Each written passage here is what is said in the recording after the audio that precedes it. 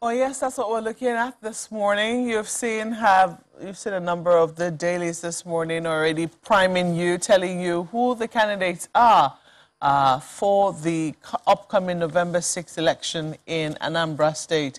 Looking at some of the issues that have already come up last week, we saw APGA almost up in arms with INEC over a letter that was written to them. And they said that INEC should never have written that letter to them because it could provide room for people to start attacking their party.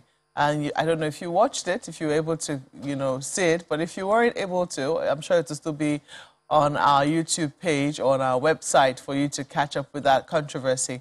But over the weekend, we saw two factions of the PDP, and it would seem that the PDP was together up until 24 hours before that particular primaries that have produced two candidates. And now we're seeing a number of prominent PDP people congratulate one faction over the other.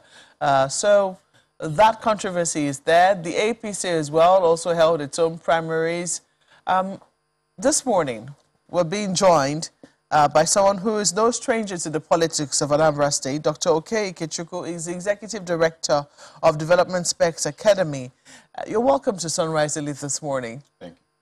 Well, I'm sure you're watching the shenanigans of the happening in the different political parties ahead of the Anambra polls. First and foremost, for you, what will be the issues for Anambrarians as they go to the polls come November 6th? Well, I'll begin with the good news.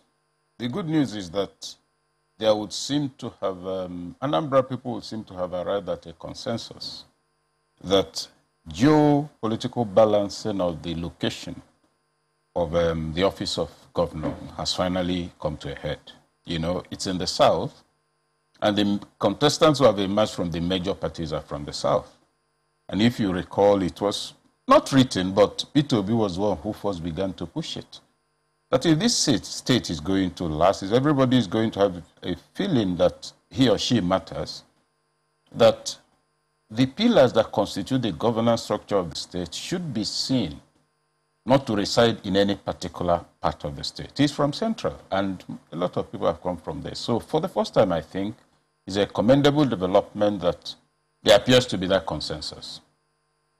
The second thing is that the caliber of candidates that have emerged from the parties suggests that, if some of them are, any of them is to emerge governor, that the state will have some good prospect of good governance, especially given the precedence of 8 years before now, which people would love to see built upon.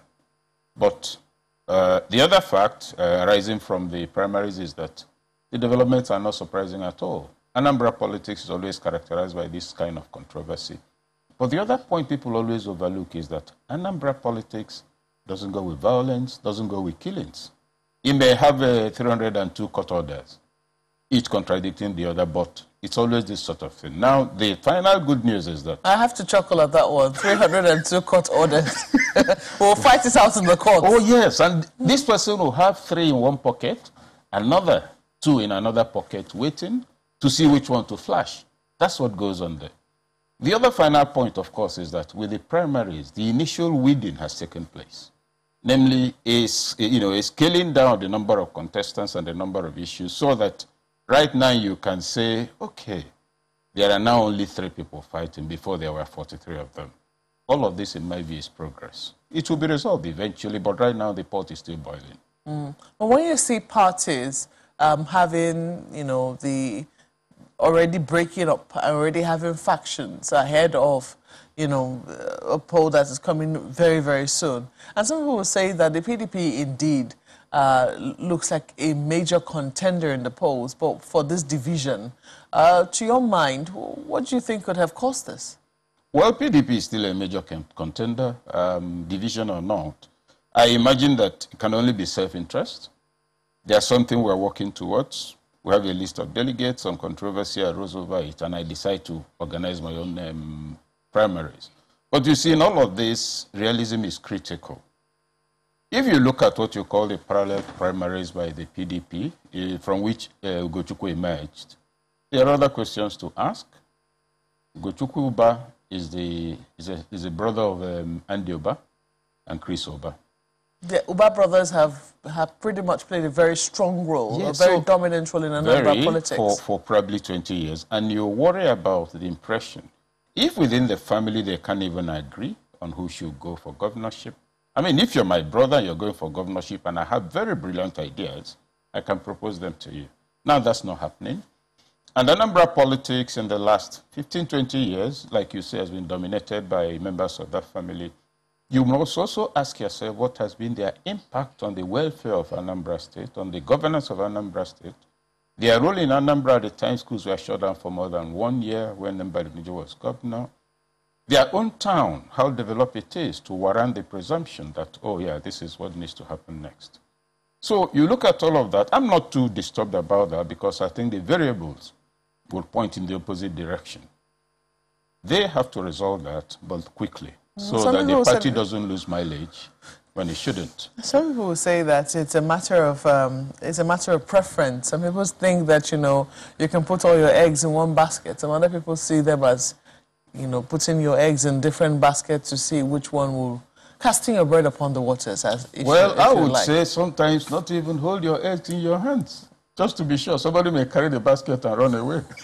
You know, why I'm saying this is that looking at the two candidates that have emerged, you must also begin to do some comparative evaluation.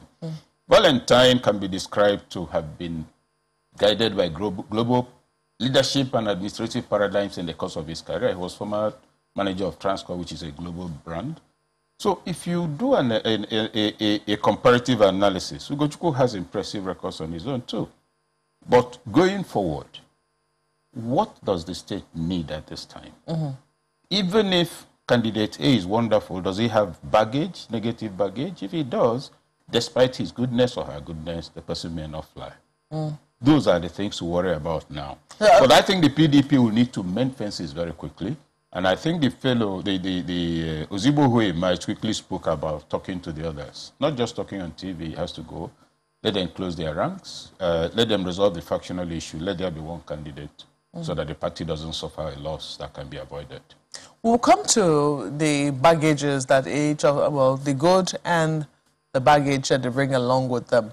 But for the people of Anambra State, you were talking about how, yes, the seat now, that's the seat of governorship, has gone around the 3 senatorial districts. And for some people, they think that it has engendered a sense of belonging to every part of the state. However, for some people, they say that that's just among the elites. For the people themselves, what do you really think the issues are for them as they go towards the poll? Is it... I mean, good governance, of course, will always be on the table. But what do you think that they'll be looking at the most come November the 8th? The Anambra people will be looking at a government that gives them good schools where their children can go to. Gives them good roads so that they migrate their farm produce out of the farms. They migrate their, if you call it, the fishing communities out of those far-flung areas, in addition to security. Now, in all of this, you ask yourself, how has the state fared so far? Yes, there was a time that Anambra State had no security issues. It deteriorated a little, it's beginning to pick up again. And I like to work with a sense of history. At the time Peter became governor, he inherited security votes. First he slashed it, then he deployed it to all the local government areas. Bought them their patrol vehicles, armed them, and all the rest of it. And then there was quite some kidnapping going on in other places, but it wasn't going on in Anambra. So the people felt a duty to protect themselves. Since the state has taken the step of saying, you know your neighborhood, you know your children, you know your traditional rulers, take this, secure yourselves. It worked. What I'm building up to is that Anambra people on the average have a sense of community. Once you facilitate it, they won't bother you again. Their own sense of independence, their need to survive becomes a driving compulsion. And if you're not in tandem with that, they're going to kick you out. That's why you find that in much of the Southeast, particularly Anambra, you will never hear of fuel scarcity, even if you're selling it a liter for $1 million. It's been totally deregulated for more than 15 years. I have business to do. I want fuel. You're selling it at 30 naira per liter or 200. I buy it, I go my way.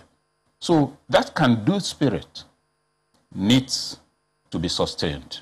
So the incoming governor, what they'll be looking forward to is somebody who will make it possible for them to function. And that's important. Now, not just function, but you see, this is 21st century, so global paradigms have become mandatory for everybody. Not functioning and surviving as Anambra people, functioning and surviving as Anambra people in the 21st century, building a state with the kind of infrastructure that will drive the local economy going forward. That's what they are looking at in November. Now, that's at the level of what will impact them. At the level of elite politics, and especially also working with a sense of history, you would know that the state has been under some kind of hegemonic dominance over the years from the beginning, 2000, 2003, and all of that, the Godfather crisis. Now, it's also likely that some people will be hoping to play the role of Godfather, or right now are regretting that the paradigms of playing Godfather has been taken out of their hands, probably by the kind of candidates that have emerged. Those are the variables on the table. We thought that was already dealt with. I mean, from the days of Chris Ngige, I beg your pardon, yeah, Dr. Chris Ngige, who's currently a minister. We thought that was a thing of the past. Yeah, in principle. But you see, a Godfather never gives up, of the political variety. Now, if you look at the primaries, for instance, all kinds of things have been said. How many of the people who took part in the primaries who did not emerge were not part of the history of convoluted primaries in Anambra State for at least the last 10, 15 years? So you see there's a bit of nemesis at work. There's a bit of counter-resolution at work. There's a bit of outplaying the players at work here. So nobody now can come out and say, sound like an angel. No. Look at all the participants, look at their political history, then look at the resolution of this one. You're talking about the PDP, look at the person who emerged. You see, it will be difficult to challenge the quality of the candidate that emerged. It will also be difficult to contest the fact that the new rules given by the PDP that led to his emergence has its advantages. Now, all those who had been walking in a different direction, some of them for up to 3 years actually, with godfathers who are silent, they are the ones who are wondering what has happened. But what we expect is that in the next couple of days, I'm sure they will head out. They will call for their allies all over the country. We'll get a resolution. Like I said at the onset, the good news is that the numbers have been scaled down. Only a few big boys and girls will be fighting now. I haven't heard any girls so far. Only the boys are there. You may the same. Look, you may want to look at the cheerleaders section.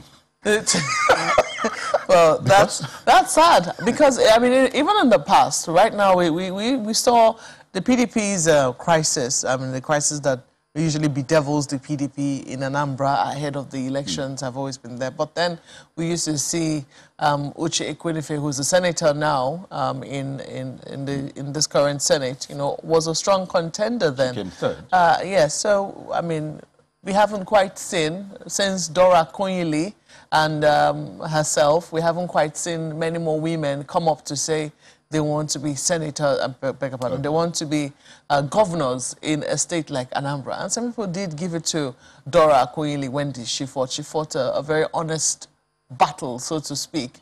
I mean, when I say a battle worthy of our opponent, I mean, she really gave it a worthy fight. But just wondering, we've looked at some of the things that will be important to the people of Anambra State as they go to this polls. And for a number of people, the issues will be varied. But let's take a look at the candidates and even the political parties. We've seen a number of cross-carpeting moves before now. The current candidate of APGA was in the PDP. One of the major, and even the nature of APGA, which has held on to the state quite firmly for a number of years now, since the creation of the party, and of course the strong influence of Dim Chukwuemeka Ojukwu. I mean, I don't know what exactly is the nature of APGA today when you look at the fact that it was seen as no sooner are people done with APGA than they go to the PDP, and now we're seeing from the PDP coming back to APGA. What can we say for the structure of APGA, which has dominated the state for as long as we can remember? Well, I don't know about structure. I think APGA used to have more than one state, about 3. It began to decline. Now it's only Anambra State. And it would appear, I may be mistaken, but will appear to revolve around individuals. So that the name APGA, PDP, APC are what you call signboards on certain buildings. So whichever suits you at any point, you walk into it. You're talking about Soludo, isn't it? Mm-hmm. He was in PDP. He's clearly in APGA because he's shopping for a platform that will accept him. I believe that if he was sure of the ticket or if he had a certain following the PDP, he wouldn't have left. APGA as a political party is an Anambra party for today. But whether it has soaked through to the ground is another matter. Whether it hasn't lost some of what it had when Ikechukwu was around and when Peter was still there is another matter. Because remember, there have been migrations out of the party. That migration always takes also the followers of those who migrated out. And so, Soludo, as APGA candidate, what machinery is he going to work with? He's a man who is familiar with the PDP machinery, and the PDP machinery is strong in the state. But he would have brought in his own followers as well into APGA. Yes, that's a matter I may be a little reluctant to address comprehensively. Because followership in Anambra State is usually not quite predicated on your capacity for speaking good English and presenting policy. It's about being a grassroots person. It's about when you come around, I feel I can walk up to you and talk to you. It's not about you telling me what needs to happen to me for my own good and not expecting me to say what I think about it. That might present a challenge. That is where I think that probably, and I may be mistaken, the others might have an advantage over the APGA candidate, but the elections will determine that. Yeah, and recall that there was an initiative the current governor commenced sometime late last year. Anambra 2070 vision is supposed to be a developmental, program to drive the state for the next thing. By the time that thing began, it was chaired by Soludo. Initially, I was involved in the original conceptual listing in his house here in Abuja. The perception was that, it's going to build up for him to succeed him, and that's what has come to play out. Now, whether in all of that there's what you might call a crusade of convinced disciples is another matter. APGA today, whether it would like to admit it or not, has a certain disadvantage which it must work upon. Mm-hmm. Otherwise, the PDP is likely to railroad them out of the place. One, because of the candidate, and two, because of the challenge they have with their structures. Mm. But I believe that people in APGA will not agree with you. APGA has, well, not just APGA now, Anambra State has a pretty strong history with bankers. And it would seem that they have been able to relate to them. I mean, look at the number of people who have been contending for position or for the position of governorship in Anambra State. Mm-hmm. If you look at a number of them, you see some pretty remarkable bankers. Some of them former MDs. In fact, the current... Even Uche is a banker. Uche was a bank manager. The former... Well, he's not former. He's still the current governor. Yes, a former banker, and then we see a number of people contending who are former bankers as well, some of them as high as the level of the CBN. But let's quickly go to Lagos. Now, here my colleagues have questions for you. Okay. Gentlemen. Oh, yes, thank you very much, Malpe. Well, Doctor, I want to go back to that, the PDP primaries. We saw over the weekend 2 parallel primaries, as it were. And I just want to be sure if we're not glossing over this. Having 2 primaries in a political party, which is meant to be at least one of the foundations of democracy, is that normal for you? No, it's not normal, but it's an indication of a divergence of views, a difference in perspective about what needs to happen. And to that extent, some people felt they had the right and probably the numbers to organize their own primaries. So it's not normal. But again, in the spirit of democracy, they've expressed their dissatisfaction by having alternative primaries. A resolution must also come by an evaluation of both the numbers and the individuals involved. The point to note here is that at the end of the day, it will come round to a discussion around the table. Which of the 2 primaries went by the guidelines given by the party itself? Kola, the party spokesman, addressed the nation, I think sometime last week, not in his own as an individual, but to convey the resolution of the party according to its constitution and based on the decisions of the leadership. That was conveyed to Anambra State.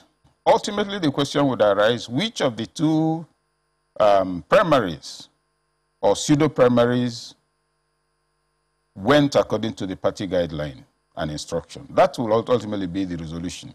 But there's nothing particularly to panic about here, because there will always be, if you like, fringe actors, dissatisfied individuals, people who will try by any means to get what they want. And it's good, because without such things, you can't have a resolution. That's why I said at the beginning that one of the good news is that the primaries have taken place. Some individuals have emerged. Controversies have emerged. And with those controversies, what it means is that what needs to be settled now is becoming fewer and fewer. Before you had 15, 20 contestants. Now you have 2 factions and 2 individuals. And so it's about what is Mr. A saying and what is Mr. B saying. But independently, we can analyze both the 2 primaries and the candidates concerned and the antecedents, and probably on the basis of that, advise the party in which direction to look more closely. The question here is, which of the candidates, you're talking about PDP, has more negative baggage that can impact negatively on the party? That is a question Anambra people must ask themselves. That's a question Anambra PDP must ask itself. So it's not sufficient you've emerged, truly or not. The question is, can you win us an election? What has been your role in Anambra politics in the last 15 years? To what extent have you been part of the global event? Are you a brand? Are you known to be associated with any global brand, either in your line of work, on your means of livelihood, or in how you conduct yourself? What has changed about you and around you and with the people who know you? Those are the things to consider. But on your question, no, it is not right. No, it is not normal. But it is sometimes understandable when there are contending forces within any political party. So that's a number for you. Life goes on. Well, I mean, you seem to say that's the brand of democracy that we have come to know, and perhaps we should just go along with it. But some would say maybe this is some sort of early warning sign, because if a party cannot conduct internal affairs in a rancor-free manner, well, there will be issues, but not having, 2 parallel primaries and the rest. So if a party cannot just go through this process seamlessly, so to speak, isn't this some early warning signs? Who knows what might happen if the party gets into power tomorrow and even something bigger happens? The rancor could bring it down. So the question will be, shouldn't there be some form of, I don't know, punitive measures put in place so that parties know that when it's time for primaries, we need to sit up and ensure that this is as smooth as possible? Because the electorate, the people are watching, and I imagine they're confused right now. Which candidate do we go for? Do we pitch our tent with? So it really confuses the whole process and makes it quite tedious for the people going out to vote eventually. So don't you think we should do something to ensure this does not happen again and again? First, I didn't say it's our brand of democracy. I say it is sometimes what you find in the process of practicing a democracy, or at least that's what I intended to say. The other thing is that I really don't see anything to panic about. Life is about unexpected developments, and growth and maturity revolve around dealing with unexpected developments. In the interface of human beings, in any setting at all, there are bound to be disagreements, there are bound to be differences of perspective, there are bound to be even mischievous interventions in the hope that one can get away with it. So it is normal and natural. Putting that aside, the other issue then is, should there be punitive measures? My question would be, are there no punitive measures? There are rules against anti-party activities. You must answer the question, what has happened? Is it anti-party activities? If it isn't, is it due to an internal friction? So if you make it a rule that once you disagree, you'll be sanctioned, the question is, does disagreement in itself always mean that something bad has happened? So I don't share the, if you like, sense of alarm. But where I am on the same page with you is in the matter of looking forward. This disagreement may actually be sowing the seed for something that could damage the party as we get closer to the election. So if they don't resolve it very quickly, somebody may go for a court injunction, people may contrive all kinds of things, and knowing that sometimes the rule of law is not the driver when interests are very strong, particularly the interests of powerful people, It is possible that as we get closer to the election, we might meet a surprise court judgment arising from this. So I share that concern which you've expressed, and that's something the party must watch out for, because unless it's able to approach all the unhappy, I will use the word unhappy members, following the outcome, they may constitute a counterforce within the party who will then do what you might call internal enemy action. Okay, you've got the ticket, we'll make sure you don't become governor. Okay. And it has happened before in Anambra State, actually. Well, Doctor, we'll need to go to break right now. As you've said, I mean, the parties have their punitive measures. Maybe it's not enough. Maybe the people need to have their own punitive measure. But don't forget, when you talk about resolving this, there's a court judgment. The court has said that, well, maybe some faction of the party did not respect the court. INEC has also responded to that court judgment. So it's quite a lot, but we'll deal with that when we return from this break. So please stay with us. Welcome back. We're still taking a look at what played out over the weekend in Anambra State in the build-up to the November governorship election. And Dr. Okey, Ikechukwu is still with us this morning, trying to take a look at this and what this might mean for the election and even afterwards. Doctor, I was referencing the court judgment we saw, which says, you should go. I mean, the PDP. I'm talking about the PDP now. Should go with that Congress of 2017, and then the eventual response. INEC come in and say, well, we received that judgment. You had another faction of the party going back to the court, and, Justice Adeni telling that faction, I mean, you disparage the court. Why are you coming back to get a stay of execution? So clearly a lot has gone down. Well, this might not be as much as 100 court cases, but this is quite significant. So do you think, conversation will still sort this when it's in the court, or as it were, a court has ruled on it? How do you see this party coming back from all of this that has gone down? I think this is good news, strange as it may sound. For members of the party to actually go shopping for court injunctions, it means that there are unresolved issues within the party. So you shouldn't sweep it under the carpet. If I decide to go and have primaries, alternative primaries somewhere in a different location, it means there are things we have not resolved. So let's not mistake the processes of party development for disruptive political engagement. Some people may not like it. It's my state. I don't like the fact that a party from my state has this kind of thing going on. But you see, should people not sneeze when their nose is itching or when there's something in the air? So let's not try to keep lead on things that are not right. Ikechukwu and his group must have their reasons.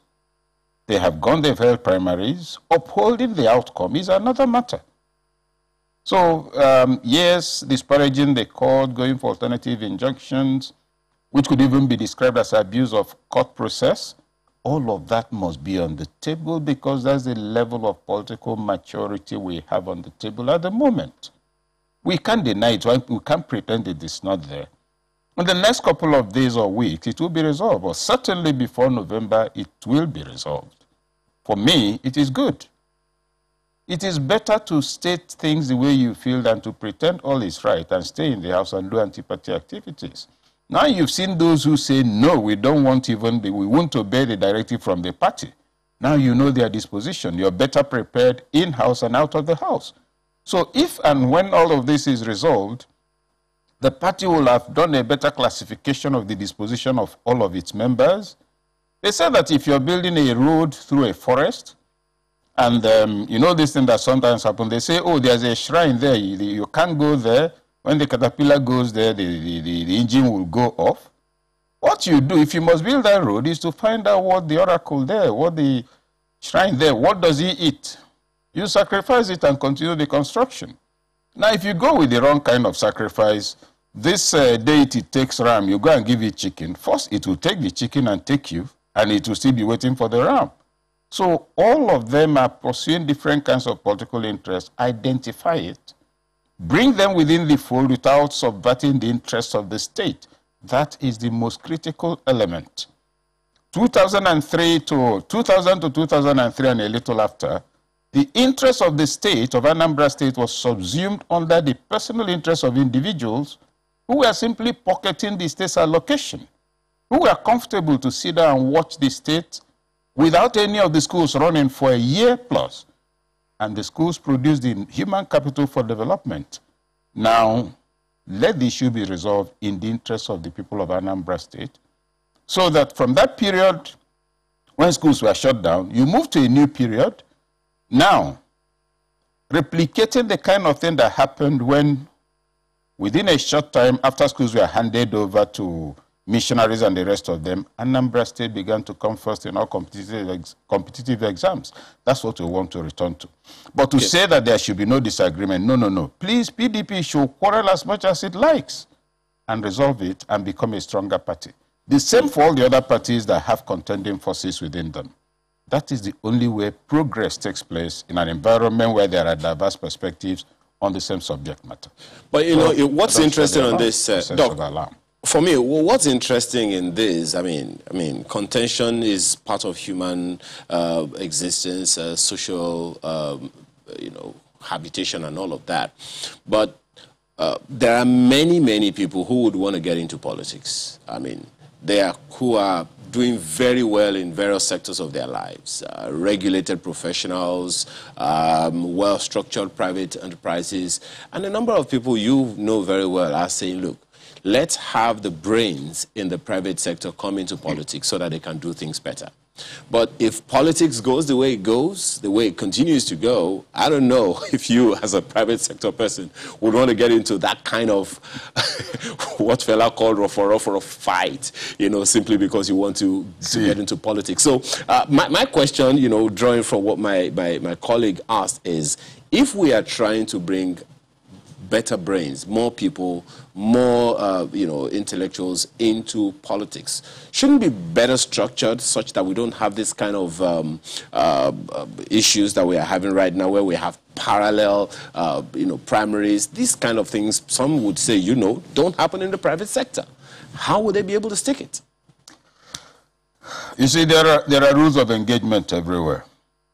If you're running a private enterprise, it's a profit-driven organization with bottom line, and behavior is well known. If you're a soldier in the military, you have unconditional compliance, whereas in the civilian environment, you have substantial compliance. What am I leading up to?